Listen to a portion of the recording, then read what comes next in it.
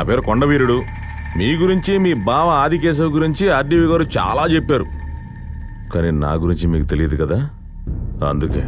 ఏయ్, ఇదిగోన్నా. ఇదిగోండి, తీసుకోండి.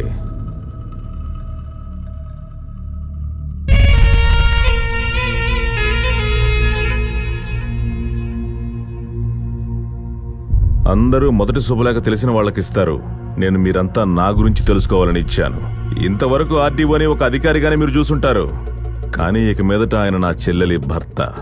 నా చెల్లెలి భర్త ప్రాణానికి ఏమైనా అయితే మీలో ఒక్కరు కూడా ప్రాణాలతో ఉండరు.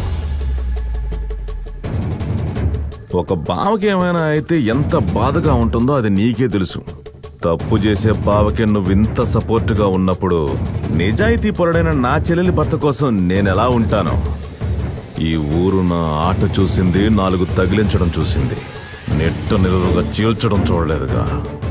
చూసి అలా చేయకు. రేయ్, పదరా. బాబు, కాస్త ఆగండి. తమరు సత్తా ఏంటో మేం తర్వాత చూస్తాం. నీ గురించి చెప్పడానికి నువ్వు శుభలేఖ ఇచ్చావు, మరి నా గురించి తెలుసుకోవా?